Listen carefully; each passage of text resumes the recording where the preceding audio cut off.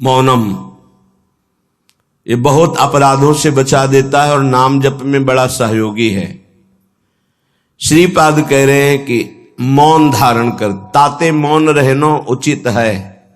ध्रुवदास जी महाराज, आवश्यक हो कम शब्दों में भागवतिक शब्द बोल दो, ये मौन के अंतर्गत ही आता है। अनावश्यक बिल्कुल ध्यान नहीं देना, कोई प्रणाम नमस्कार, कोई नाना प्रकार के संबोधन प्रश्न बिल्कुल नहीं बोलना, मानो आप पागल हैं, सुना ही नहीं, देखा ही नहीं। यह महापुरुषों की बात कहते हैं। पास समीप बैठे हुए प्रश्न कर रहे हैं, वो दूसरी दिशा को देख रहे हैं, गंभीर मुद्रा है, बोलते रहो। इतना धैर्य होना चाहिए उपासक में कि सामने वाला बोलता रहे, अपने को कोई फर्क नहीं पड़ता।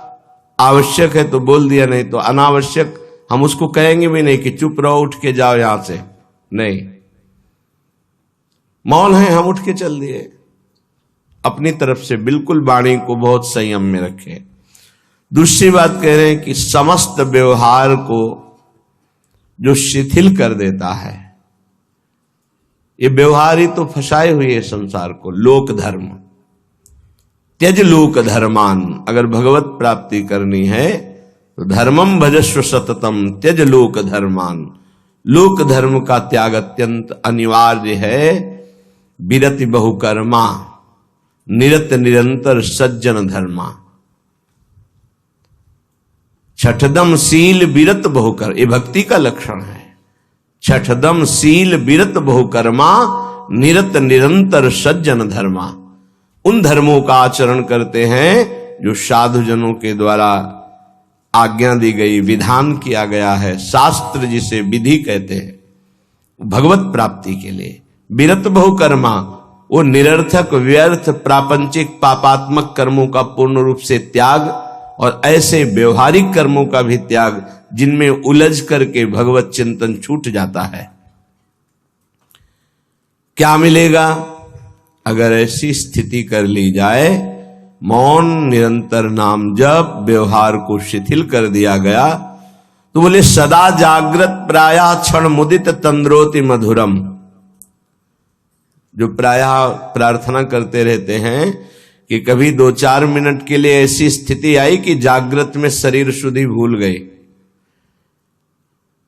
एकमात्र आराध्य देव निकस कुंज ठाढ़े भय भुजा परस्परंश। श्री राधा वल्लभ मुख कमल निरख नयन हरिवंश। नेत्र मुद्रित हैं, अवस्था जागृत है और भाव देह में ऐसी गाढ़ अवस्था है कि स्थूल का चिंतन ही खत्म हो चुका है। ये अवस्था है वृंदावन प्रेम की। सदा जागृत प्रायः पर क्षण मुदित तंद्रोति मधुरम। जैसे तंद्रा में ऐसी स्थिति पर बिल्कुल जागृत, नेत्र मुद्रित हैं, मुंदे हुए हैं, तंद्रा जैसी। मधुर मधुर मधुरम तदा लोके वृंदावन भुवि निज प्राण मिथुनम। प्राण मिथुन श्री युगल सरकार दिव्य वृंदावन की निकुंज के प्रथम द्वार पर गलवहियां दिए हुए आ रहे हैं। ये उपासक देख रहा है। ये लिखा हुआ केवल नहीं है, यदि आप सही चलोगे तो वो झलकने लगेंगे आपके नेत्रों में, वो छा जाएंगे। क्या देखता है उपासक? अकस्मादेकस्मान नवललित कुंजाद बत बहिर भवत स्मृत्वा नव्यम तरुण मिथुनम लौकिकमिव। लौकिकमिव, जैसे हम आपको देख रहे हैं ऐसे ऐसे प्रिया प्रीतम के दर्शन होते हैं, ऐसे नहीं वो केवल भाव में ही देख रहा है। गतो दूरम दृष्ट्वा पुनरथ निवृत्य स्वदैतौ विलोक श्याम वृंदावन भुवि महाप्रेम विकलः। जिसने सारे संबंध विस्मृत कर दिए हैं, कोई हमारा नहीं प्रिया प्रीतम से। इतना अपनापन हो कर लिया कि हृदय में किसी का संबंध नहीं, किसी का स्मरण नहीं, कोई व्यवहार नहीं, मौन धारण किए हुए निरंतर नाम जब, जागृत अवस्था में मुद्रित नेत्र प्रिया प्रीतम के ध्यान में डूबा हुआ, उसको ये सौभाग्य मिलता है। अकस्मादेकस्मान नवललित कुंजाद बत बहिर्भवत स्मित्वा नव्यम तरुण मिथुनम लौकिकमिव। अकस्मात सहसा उसको नूपुरों की ध्वनि सुनाई दी, एकदम मुड़ करके देखा, सब गायब। अद्भुत निकुंज, उस निकुंज में मंद मंद मुस्कुराते हुए स्मित्वा नव्य तरुणम, तरुण अवस्था में प्रथम भूमिका, तारुण्य प्रथम प्रवेश समय यस्या महामाधुरी, 13-14 वर्ष की अवस्था का स्वरूप, नव किशोरी नव किशोर, लौकिक में हो, ऐसे जैसे हम आपको देख रहे हैं, आप हमें देख रहे हैं, ऐसे दर्शन होता है। अहो भाग, ये धाम ऐसी कृपा करता है। इसमें कोई साधन प्रधान नहीं भाव रहता। धाम कृपालु है, पर उस कृपा का अवगाहन करने के लिए तन्मयता चाहिए, आराध्य देव की तन्मयता चाहिए, तभी मौनम, व्यवहार शिथिल, निर्मम, किसी से कोई ममता नहीं। ये जब निकले हो तो वस्तु प्राप्त करो, इधर उधर नहीं। सबसे भूल हो जाती है। यहां किसी को अपना मानना, कुछ अच्छा लगना, कुछ सुखद लगना, ये सब भगवान की विचित्र माया के द्वारा चित्त का आकर्षण किया जाता है। भक्तों के जीवन में इसीलिए ऐसी घटना घटती है कि कीन हो इसका बहु अभिमाना, शोक हो वंच कृपा निधाना। कृपा निधान भगवान देखते कि मेरे भक्त में जितेंद्रियता का अभिमान है, ब्रह्मचर्य का अभिमान है, पवित्रता का अभिमान है, तो फिर वो ऑपरेशन कर देते हैं। फिर वो अभिमान नहीं जागृत होता। ऑपरेशन बड़ा विचित्र होता है। भगवान कहो उपहास करवा के, अपमान करवा के, या विवेक के द्वारा, या उनके परिजनों के द्वारा निरादर करवा के, कई तरह के वृत्तियों से भगवान ऑपरेशन कराते हैं अपने जन का। हृदय जब निर्मम होता है, ममता रहित, अहंकार रहित, व्यवहार रहित, एकमात्र प्रियालाल में अपनापन, तब ये स्थिति का रसास्वादन होता है। आवत सी वृषभानु दुलारी, जिनको देख करके प्रेम में प्रभु विकल हो जाते हैं, उन प्रियाजू का जब उपासक को साक्षात्कार होता है तो केवल आचार्य कृपा ही हृदय को संभालती है, अन्यथा सामर्थ्य नहीं है। ऐसा रूप श्री लालजू महाराज का है कि बड़े बड़े मुनि जो निर्विकार ब्रह्मबोध संपन्न है, उनके मनों को क्षण में मोहित कर ले। मोहन मुनि सघन प्रगट परमानंद, गुण गंभीर गोपाला। ये मोहन मदन त्रिभंगी, मोहन मुनि मन रंगी, मुनियों के मन में अपने प्रेम रंग को रंग दिया। ऐसा रूप सुखदेव मुनि, बड़े बड़े महात्मा जो ब्रह्मबोध त्यागी वैरागी, जहां कहीं भी शब्द स्पर्श रूप रस गंध का लेस भी आकर्षण नहीं, उनको आकर्षित करके बलात् अपने रूप का प्रेमी बना लिया। ऐसे रूप सौंदर्य समुद्र प्रभु अनशन पर भुज दिए बिलोकत, इंदु बदन बिबियोर करत पान रस मत परस्पर, पर लोचन त्रसित चकोर, फिर भी नेत्र प्यासे हैं। ऐसे युगल सरकार को जब उपासक देखता है तो उसकी क्या दशा होती होगी। मछली की तरह आनंद में तड़पता है वृंदावन की भूमि में लौटता हुआ।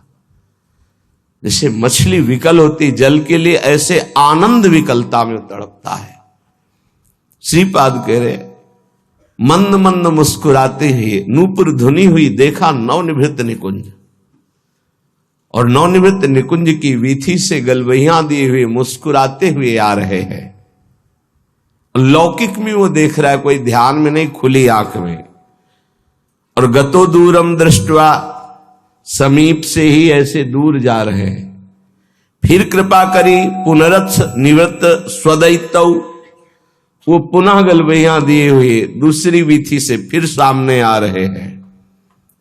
अपने प्रीतम युगल किशोर का ऐसा कृपा प्रसाद दर्शन पाकर विकल हो गया और भूमि पर विलोक्या श्याम वृंदावन भूमि, महाप्रेम विकला, गिर गया भूमि पर, प्रेम विकल हो गया। समीप युगल सरकार आए और दुलार करके उठा रहे। श्रीपाद कह रहे, ऐसा मेरे जीवन में कब होगा? पुनरथ, पुनः मुझे ऐसा कब अवलोकन होगा? जैसे श्रीमद राधा सुधा निधि में बार बार मांगा गया कि मुझे ये सेवा मिले, मुझे ये दर्शन मिले, मैं ऐसा देख पाऊं पुनः। ऐसे श्रीपाद यहां कह रहे हैं कि ऐसा दर्शन कब मैं प्राप्त कर पाऊंगा पुनः? जो हमारे साथ घटना घटी कि अकस्मात नूपुर ध्वनि हुई, उधर देखा नवनिभृत निकुंज, और सुंदर वीथी से युगल सरकार मुस्कुराते हुए परस्पर वार्ता करते हुए आ रहे, और समीप से दूर गए, फिर दूसरी वीथी से आ रहे।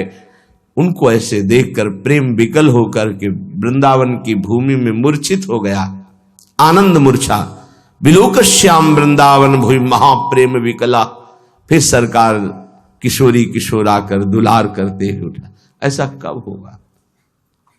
कितना अपार सुख उस उपासक को मिल रहा होगा जो ऐसा अनुभव कर रहा है, ऐसा देख रहा है।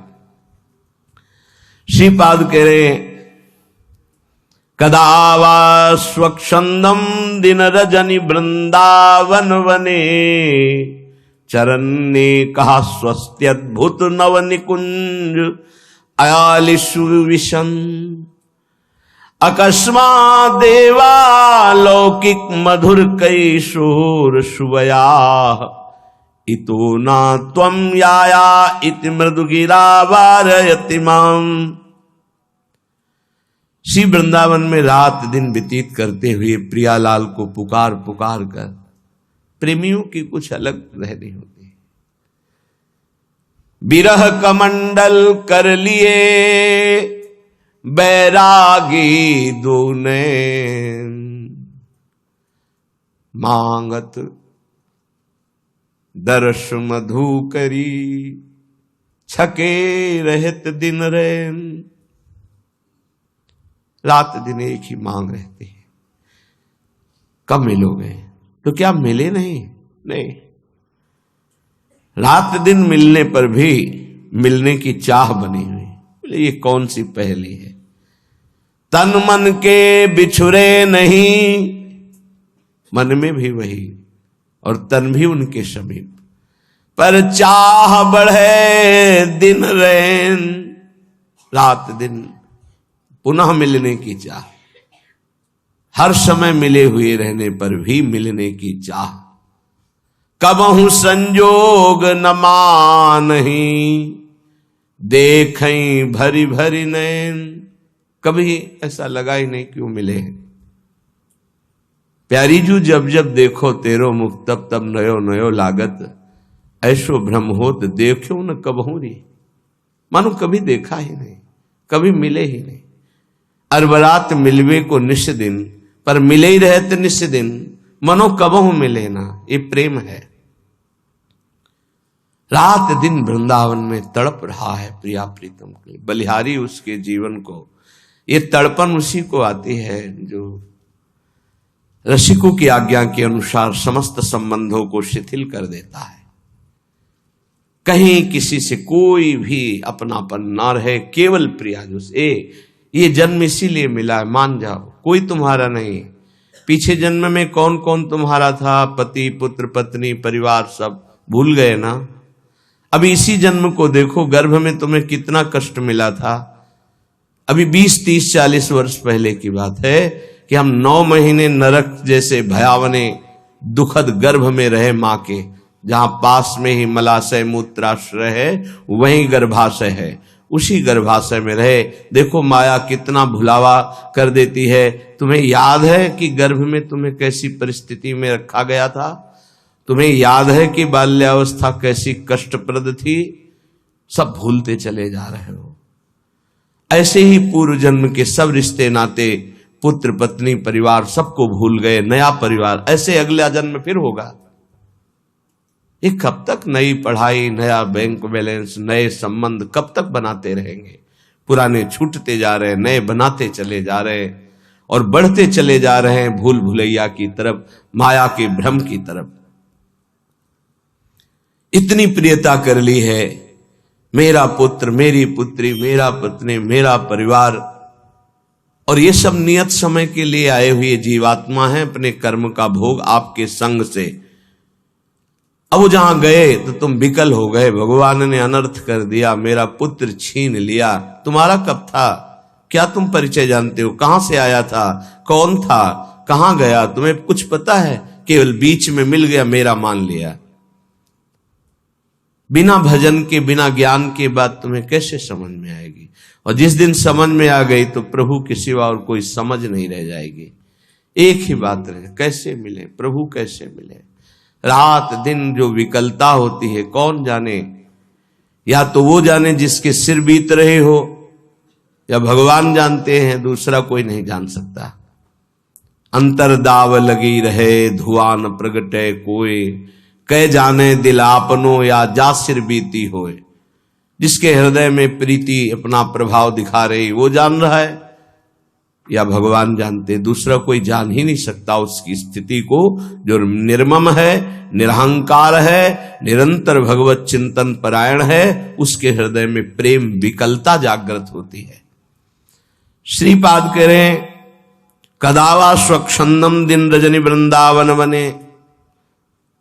स्वच्छंद का तात्पर्य होता कोई भी पारिवारिक सांसारिक आकर्षण रहित, कोई भी आकर्षण नहीं, अपरिचित की तरह। वृंदावन ऐसे रहे मनो चिन्हारो नाय। समझाओ तो समझ नहीं आता, लगता है कि ये हमारे प्रेमी जनों को छुड़ा रहे हैं। नहीं, तुम्हारे प्रेमी जन से मिला रहे हैं तुम्हें। ये तुम्हारे प्रेमी जन नहीं है, ये मायाकृत ढांचे तुम्हारे प्रेमी नहीं हैं। ये ढह जाएंगे काल के द्वारा, आज नहीं तो कल। प्रेमी है प्रियालाल, ये असली प्रेमी है। इन्हीं से अनंत जन्मों से बिछुड़ते हुए हम भटक रहे, अब अवसर आया है मिलने का।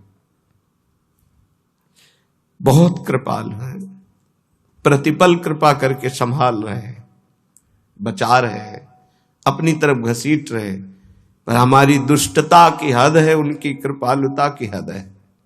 तो ही मोही पड़ी होड़, मूसो न बिगाड़न को, तुम सो न संवारन को। वो बार बार संभाल रहे, संभाल रहे, हम बार बार बिगाड़ रहे, फिर भी उनको गुस्सा नहीं आ रहा, फिर भी वो कृपा ही हम पर कर रहे।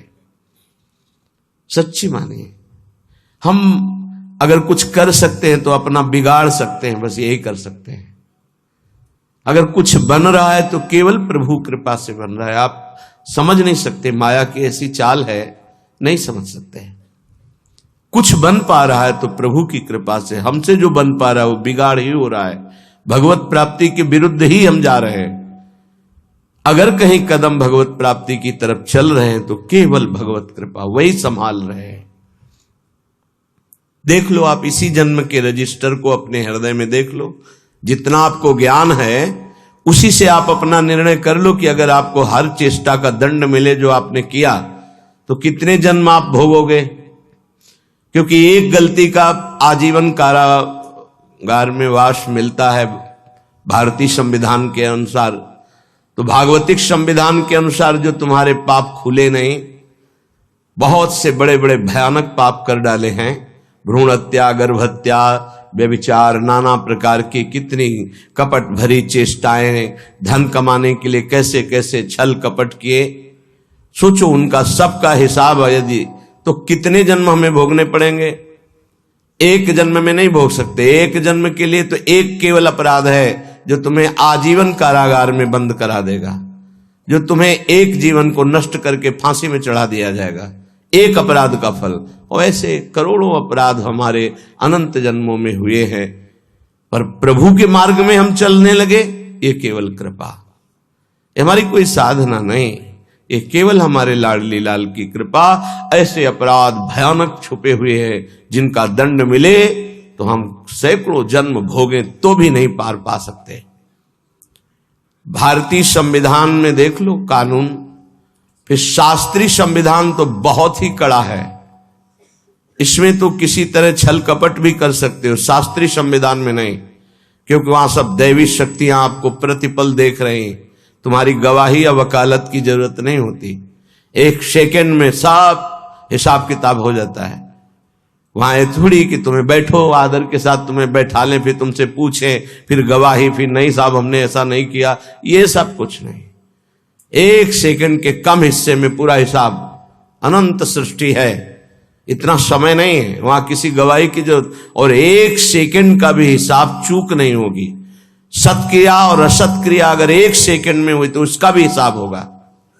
इसीलिए जो विवेकी जन बहुत सावधान रहते हैं, थोड़ा जीवन है, इस जीवन को पवित्र बिता करके धरोहर की भांति, जैसे कोई तुम्हें सुंदर वस्त्र दे और तुम उसे रखे रहे कि ये उसका है, पवित्र वस्त्र, ज्यों का त्यों वापस कर दिया, उसको गंदा नहीं किया, वो होता है महात्मा। चदरिया जैसी की तैसी धर दीनी, चदरिया झीनी रे झीनी। ये शरीर रूपी चद्दर भगवान ने दी, निर्मल रखो, इसको मलिन मत करो। मलिन हो गया तो गुरु कृपा उसको पवित्र कर देगी। आश्रित रहो, आज्ञा का पालन करो, भगवत प्राप्ति के लिए कमर कस लो, ये जीवन केवल भगवान के लिए। श्रीपाद कह रहे हैं, दिन रजनी वृंदावन बने, रात दिन नाम जप करते हुए, अगर आप बाहर भी हो तो रात दिन नाम जप करो। आप सोचते हैं पढ़ लिख कर कोई ऐसा पद मिल जाए, रुपया पैसा मकान हो, बस हम सुखी हो जाएंगे। पद कुछ नहीं, रुपया कुछ नहीं, मकान कुछ नहीं, स्थिति। बड़े भाग्यशाली जन हैं जो अध्यात्म स्थिति की तरफ चलते हैं, रात दिन नाम जप कर रहे हैं, धर्म पूर्वक व्यवहार कर रहे हैं, जो जा रहा है तो शोक नहीं, आया तो हर्ष नहीं, वो महात्मा, वो भगवत प्राप्ति के योग्य हो जाता है। गए की सोच नहीं, चाहे वो मृत्यु से गया हो, चाहे वो घर से गया हो, चाहे वस्तु हो, व्यक्ति हो, स्थान हो, गए की सोच नहीं, आए की हर्ष नहीं, वो भगवत प्राप्ति का उपासक रात दिन भजन करते हुए भगवान को प्राप्त होता है। चरण ने कहा स्वस्त्यद्भुत नव निकुंजालिषु विशन, वो सदैव एकांत में चिंतन करता रहता है, एकाकी। एकांत का शब्द आते ही कोई कमरा, कोई गुफा ऐसा सोचने लगते हैं, उसे एकांत नहीं कहते, ये तो बाय है। एक एकांत स्थान को लेकर के बात, एकाकी विचरण करने का मतलब अंदर केवल परमात्म चिंतन, केवल भगवत चिंतन, वो एकांत ही है। चाहे वो ऑफिस में बैठा हो, फावड़ा चला रहा हो, किसान हो, चाहे व्यापारी हो, एकमात्र भगवान का आश्रय, उनका चिंतन, वो एकाकी ही माना जाता है, एकांत ही माना जाता है। एकांत बैठे हुए प्रपंच का चिंतन कर रहा है, वो प्रपंची ही माना जाता है।